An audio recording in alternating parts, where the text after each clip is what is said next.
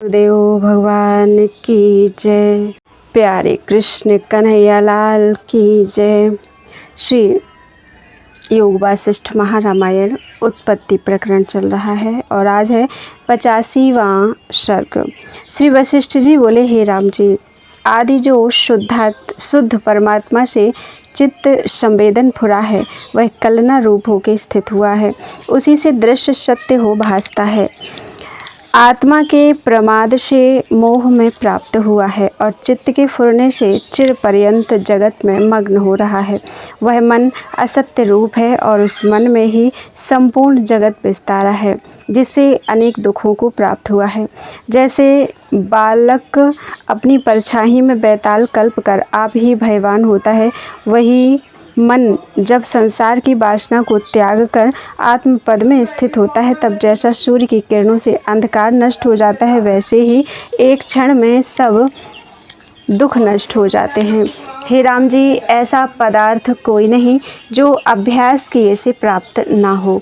इससे जब आत्मपद का अभ्यास कीजिएगा तब वह प्राप्त होगा। आत्मपद के अभ्यास किए से आत्मा निकट भासता है और संसार दूर भासता है। जब जगत का अभ्यास दृढ़ होता है तब जगत निकट भासता है और आत्मा दूर भासता है। हे राम जी, जो मूर्ख मनुष्य है उसको अभय पद में भय होता है। जैसे पथिक को दूर से वृक्ष में बैताल कल्पना होती है और भय पाता है, वैसे ही चित्त की वासना से जीव भय पाता है। हे राम जी, वासना सहित मलिन मन में नाना प्रकार संसार भ्रम उठता है और जब आत्मपद में स्थित होता है तब भ्रम मिट जाता है। जैसा मन में निश्चय होता है तैसा ही होकर भासता है। यदि मित्र में शत्रु बुद्धि होती है तो निश्चय करके वह शत्रु हो जाता है और मद से उन्मत्त हो संपूर्ण पृथ्वी भ्रमती दिखती है और व्याकुल होता है तो चंद्रमा भी श्याम सा भासता है। जो अमृत में विष की भावना होती है तो अमृत भी विष की नाई भासता है। यह जागृत पदार्थ देश काल और क्रिया मन से भासते हैं। हे राम जी, संसार का कारण मोह है, उससे जीव भटकता है। इसलिए ज्ञान रूपी कुल्हाड़े से वासना रूपी मलिनता को काटो। आत्मपद पाने में वासना ही आवरण है। हे राम जी, वासना रूपी जाल में मनुष्य रूपी हिरण फंसकर संसार रूपी वन में भटकता है। जिस पुरुष ने विचार करके वासना नष्ट की है उसको परमात्मा का प्रकाश भासता है। जैसे बादल से रहित सूर्य प्रकाशित होता है, तैसे ही वासना रहित चित्त में आत्मा प्रकाशता है। हे राम जी, मन ही को तुम मनुष्य जानो, देह को मनुष्य न जानना, क्योंकि देह जड़ है और मन जड़ और चेतन से विलक्षण है। मन से किया हुआ कार्य सफल होता है। जो मन से दिया और जो मन से लिया है वही दिया और लिया है, और जो देह से किया है वह भी मन ही ने किया है। हे राम जी, यह संपूर्ण जगत मन रूप है। मन ही पर्वत, आकाश, वायु, जल, अग्नि और पृथ्वी है। सूर्यादिकों का प्रकाश मन ही से होता है। शब्द, स्पर्श, रूप, रस, गंध सब मन ही से ग्रहण होते हैं और नाना प्रकार की वासनाओं से नाना प्रकार के रूप मन ही धरता है। जैसे नटवा नाना प्रकार के स्वांग धारता है, तैसे ही नाना प्रकार के रूप मन ही धारता है। लघु पदार्थ को मन ही दीर्घ करता है। सत्य को असत्य की नाई और असत्य जगत के पदार्थ को सत्य की नाई मन ही करता है, और मन ही मित्र को शत्रु और शत्रु को मित्र करता है। हे राम जी, जैसी वृत्ति मन की दृढ़ होती है वही सत्य हो भासती है। हरिश्चंद्र को एक रात्रि में 12 वर्ष का अनुभव हुआ था और इंद्र को एक मुहूर्त में युगों का अनुभव हुआ था, और मन ही के दृढ़ निश्चय से इंद्र ब्राह्मण के 10 पुत्र ब्रह्मापद को प्राप्त हुए थे।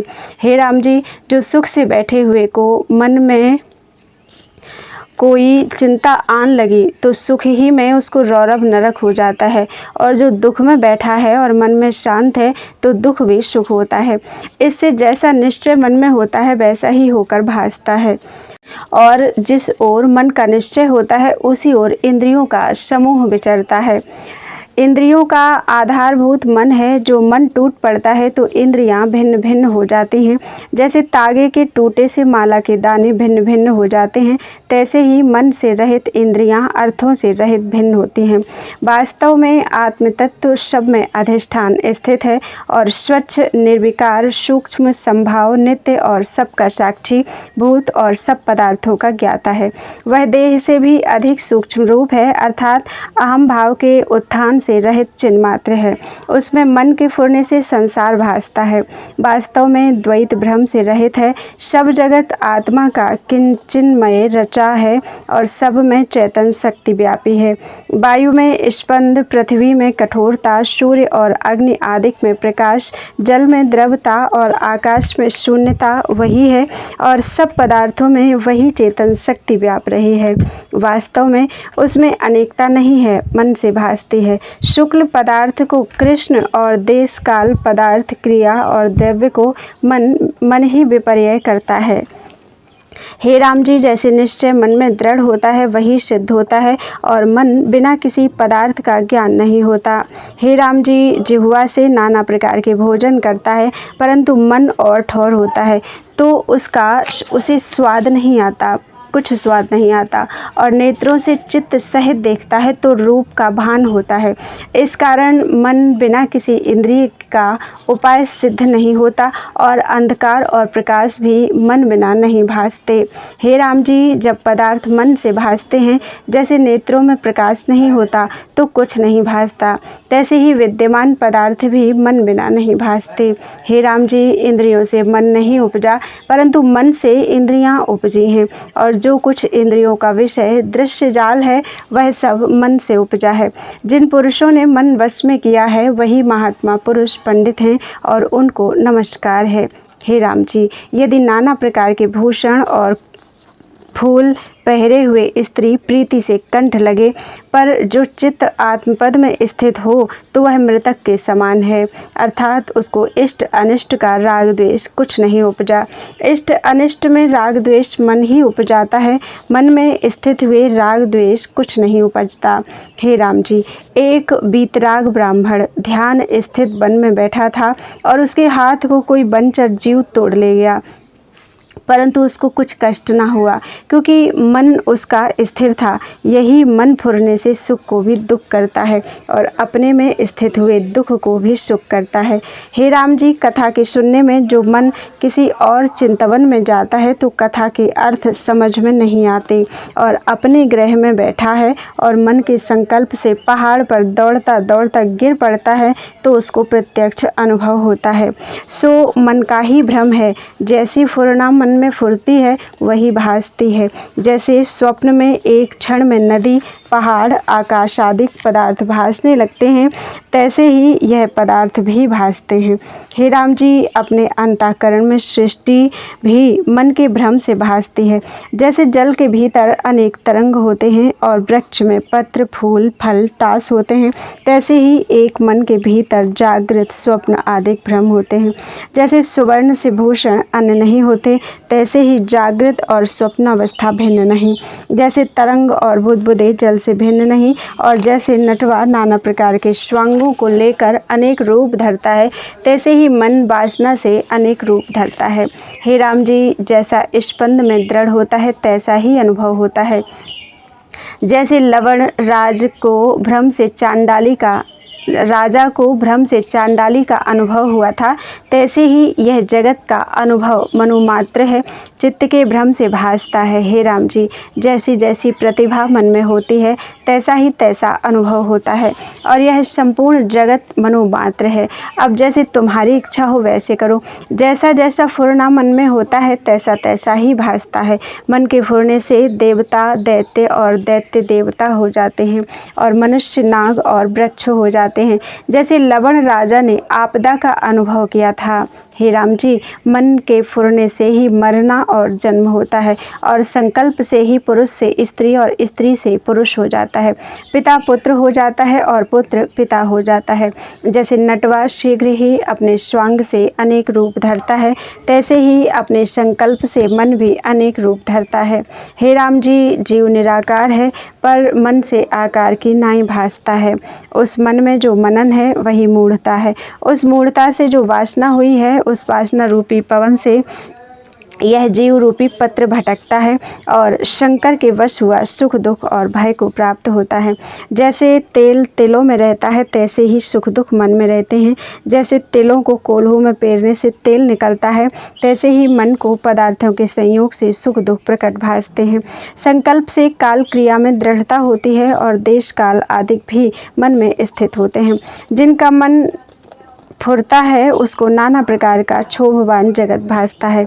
हे राम जी, जिनका मन आत्मपद में स्थित है उनको क्षोभ भी दृष्ट आता, परंतु मन आत्मपद से चलायमान नहीं होता। जैसे घोड़े का सवार रण में जा पड़ता है तो भी घोड़ा उसके वश रहता है, तैसे ही उसका मन जो विस्तार की ओर जाता है तो भी अपने वश ही रहता है। हे राम जी, जब मन की चपलता वैराग्य से दूर होती है तब मन वश हो जाता है। जैसे बंधनों से हस्ती वश होता है, तैसे ही जिस पुरुष का मन वश होता है वह और संसार की ओर से निवृत्त होकर आत्मपद में स्थिर होता है, वह श्रेष्ठ पुरुष, वह श्रेष्ठ महापुरुष कहलाता है। जिसका मन संसार की ओर धावता है वह दलदल का कीट है, और जिसका मन अचल है और शास्त्र के अर्थ रूपी संग और संसार की ओर से निवृत्त होकर एकाग्र भाव में स्थित हुआ है और आत्मपद के ध्यान में लगा हुआ है, वह संसार के बंधन से मुक्त होता है। हे राम जी, जब मन से मनन दूर होता है तब शांति प्राप्त होती है। जैसे क्षीर समुद्र से मंदराचल निकला तो शांत हुआ था। जिस पुरुष का मन भोगों की ओर प्रवृत्त होता है वह पुरुष संसार रूपी विष के वृक्ष का बीज होता है। हे राम जी, जिसका चित्त स्वरूप से मूढ़ हुआ और संसार के भोगों में लगा है वह बड़े कष्ट पाता है। जैसे जल के चक्र में आया तृण क्षोभवान होता है, तैसे ही यह जीव मन भाव को प्राप्त हुआ दुख पाता है। इससे तुम इस मन को स्थित करो और कि शांतात्मा हो। इति श्री योग वासिष्ठे उत्पत्ति प्रकरणे चित्तवर्णनम 85तमः सर्गः। बोलो वृंदावन बिहारी लाल की जय। श्री वशिष्ठ जी बोले, हे राम जी, यह चित्त रूपी महाव्याधि है, उसकी निवृत्ति के अर्थ में तुमको एक श्रेष्ठ औषधि कहता हूँ। वह तुम सुनो कि जिसमें यत्न भी अपना हो, साध्य भी आप ही हो और औषध भी आप ही हो, और सब पुरुषार्थ आप ही से सिद्ध होता है। इस यत्न से चित्त रूपी ताल को नष्ट करो। हे राम जी, जो कुछ पदार्थ तुमको रस संयुक्त दृष्टि आवे उनको त्याग करो। जब वांछित पदार्थों का त्याग करोगे तब मन को जीत लोगे और अचल पद को प्राप्त होगे। जैसे लोहे से लोहा कटता है, तैसे ही मन से मन को काटो और यत्न करके शुभ गुणों से चित्त रूपी ताल को दूर करो। देहाधिक अवस्तु में जो वस्तु की भावना है और वस्तु आत्म तत्व में जो देहाधिक की भावना है, उनको त्याग कर आत्म तत्व में भावना लगाओ। हे राम जी, जैसे चित्त में पदार्थों की चिंतना होती है, तैसे ही आत्मपद पाने की चिंतना से सत्य कर्म की शुद्धता कर चित्त को यत्न करके चैतन्य संबित की ओर लगाओ और सब वासना को त्याग के एकाग्रता करो, तब परम पद की प्राप्ति होगी। हे राम जी, जिन पुरुषों को अपनी इच्छा त्यागनी कठिन है वे विषयों में कीट हैं, क्योंकि अशुभ पदार्थ मूढ़ता से रमणीय भासते हैं।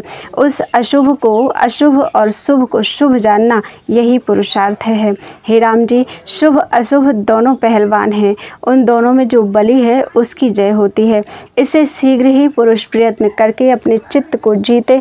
जब तुम अचित्त होगे तब यत्न बिना आत्मपद को प्राप्त होगे।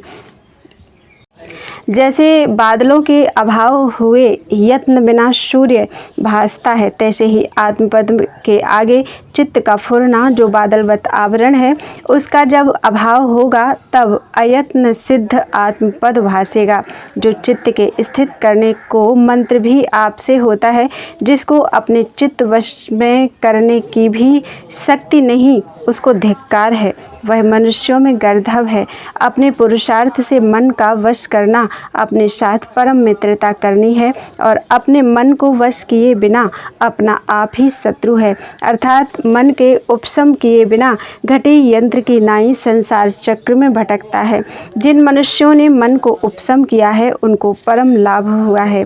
हे राम जी, मन को मारने का मंत्र यही है कि दृश्य की ओर से चित्त को निवृत्त करे और आत्मचेतन संबित में लगावे। आत्मचिंतना करके चित्त को मारना सुख रूप है। हे राम जी, इच्छा से मन पुष्ट रहता है। जब भीतर से इच्छा निवृत्त होती है तब मन उपशम होता है और जब मन उपशम होता है तब गुरु और शास्त्रों के उपदेश और मंत्र आदिकों की अपेक्षा नहीं रहती। हे राम जी, जब पुरुष असंकल्प रूपी औषध करके चित्त रूपी रोग काटे तब उस पद को प्राप्त हो जो सर्व और सर्वगत शांत रूप है। इस देह को निश्चय करके मूढ़ मन ने कल्पा है। इससे पुरुषार्थ करके चित्त को अचित्त करो, तब इस बंधन से छूटोगे। हे राम जी, शुद्ध चित्त आकाश में यत्न करके चित्त को लगाओ। जब चिरकाल पर्यंत मन का तीव्र संवेग आत्मा की ओर होगा तब चैतन्य चित्त का भक्षण कर लेगा और जब चित्त का चिंतत्व निवृत्त हो जाएगा तब केवल चैतन्य मात्र ही शेष रहेगा। हे राम जी, जब जगत की भावना से तुम मुक्त होगे तब तुम्हारी बुद्धि परमार्थ तत्व में लगेगी अर्थात बोध रूप हो जाएगी। इससे इस चित्त को चित्त से ग्रास कर लो। जब तुम परम पुरुषार्थ करके चित्त को अचित्त करोगे तब महा अद्वैत पद को प्राप्त होगे। हे राम जी, मन के जीतने में तुमको और कुछ यत्न नहीं, केवल एक वेदन का प्रवाह उलटना है कि दृश्य की ओर से निवृत्त करके आत्मा की ओर लगाओ। इसी से चित्त अचित्त हो जाएगा।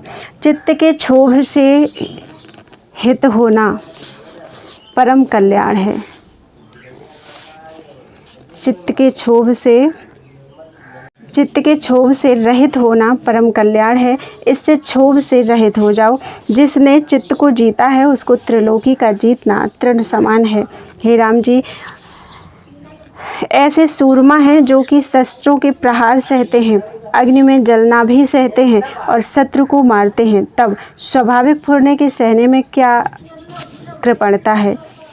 हे राम जी, जिनको अपने चित्त के उल्टाने की सामर्थ्य नहीं वे नरों में अधम हैं। जिनको यह अनुभव होता है कि मैं जन्मा, मैं मरूंगा और मैं जीव हूँ, उनको वह असत्य रूप प्रमाद चपलता से भासता है।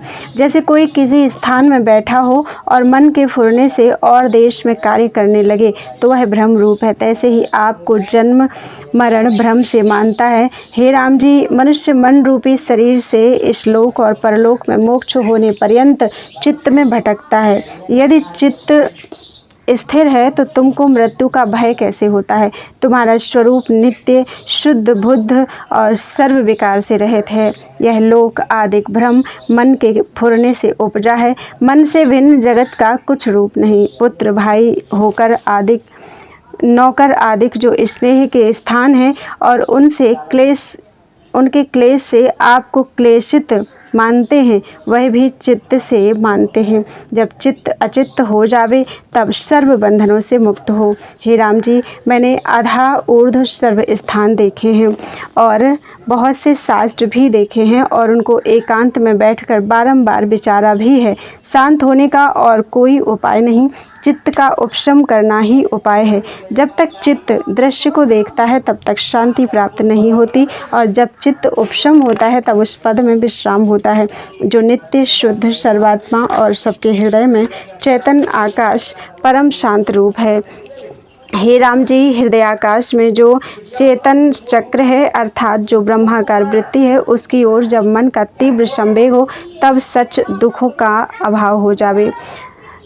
मन का मनन भाव उसी ब्रह्माकार वृत्ति रूप चक्र से नष्ट होता है। हे राम जी, संसार के भोग जो मन से रमणीय भासते हैं वे जब रमणीय ना भासें तब जानिए कि मन के अंग कटे। जो कुछ अहम और त्वम आदि शब्दार्थ भासते हैं वे सब मनोमात्र हैं। जब दृढ़ विचार करके इनकी अभावना हो तब मन की वासना नष्ट हो। जैसे हंसिये से खेती कट जाती है तैसे ही वासना नष्ट होने से परम तत्व शुद्ध भासता है। जैसे घटा के अभाव हुए शरतकाल का आकार निर्मल भासता है तैसे ही वासना से रहित मन शुद्ध भासेगा।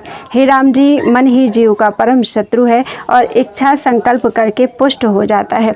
जब इच्छा कोई ना उपजे तब आप ही निवृत्त हो जाएगा। जैसे अग्नि में काष्ठ डालिए तो बढ़ जाती है और यदि ना डालिए तो और आप ही नष्ट हो जाती है। हे राम जी, इस मन में जो संकल्प कल्पना उठती है उसका त्याग करो, तब तुम्हारा मन स्वतः नष्ट हो जाएगा। जहाँ शस्त्र चलते हैं और अग्नि लगती है वहाँ सूरमा निर्भय होकर जा पड़ते हैं और शत्रु को मारते हैं। प्राण जाने का भय नहीं रखते तो तुमको संकल्प त्यागने में क्या भय होता है। हे राम जी, चित्त के फैलाने से अनर्थ होता है और चित्त के अस्फुरण होने से कल्याण होता है। यह वार्ता बालक भी जानता है। जैसे पिता बालक को अनुग्रह करके कहता है तैसे ही मैं भी तुम्हें समझता हूँ कि मन रूपी शत्रु ने भय दिया है और संकल्प कल्पना है। जितनी आपदाएं हैं वे मन से उपजती हैं। जैसे सूर्य की किरणों से मृग तृष्णा का जल दिखता है तैसे ही सब आपदा मन से दिखती है। जिसका मन स्थिर हुआ है उसको कोई क्षोभ नहीं होता। हे राम जी, प्रलय का पवन चले, सप्त समुद्र मर्यादा त्याग कर इकट्ठे हो जावें और 12 सूर्य इकट्ठे होकर तपें तो भी मन से रहित पुरुष को कोई विघ्न नहीं होता। सदा शांत रूप है। हे राम जी, मन रूपी बीज है, उससे संसार वृक्ष उपजा है। 7 लोक उसके पत्र हैं और शुभ अशुभ सुख दुख उसके फल हैं। वह मन संकल्प से रहित नष्ट हो जाता है और संकल्प के बढ़ने से अनर्थ का कारण होता है। इससे संकल्प से रहित उस चक्रवर्ती राजा पद में आरूढ़ हुआ परम पद को प्राप्त होगा, जिस पद में स्थित होने से चक्रवर्ती राजा तृणवत भासता है। हे राम जी, मन के क्षीण होने से और जीव उत्तम परमानंद पद को प्राप्त होता है। हे राम जी, संतोष से जब मन बस होता है तब नित्य उदय रूप निरीह परम पावन निर्मल सम अनंत और सर्व विकार विकल्प से रहित जो आत्मपद शेष रहता है वह उसको प्राप्त होगा। इति श्री योग वासिष्ठे उत्पत्ति प्रकरणे मन शक्ति रूप प्रतिपादन नाम षडशीतितमः सर्गः। बोलो वृंदावन बिहारी लाल की जय।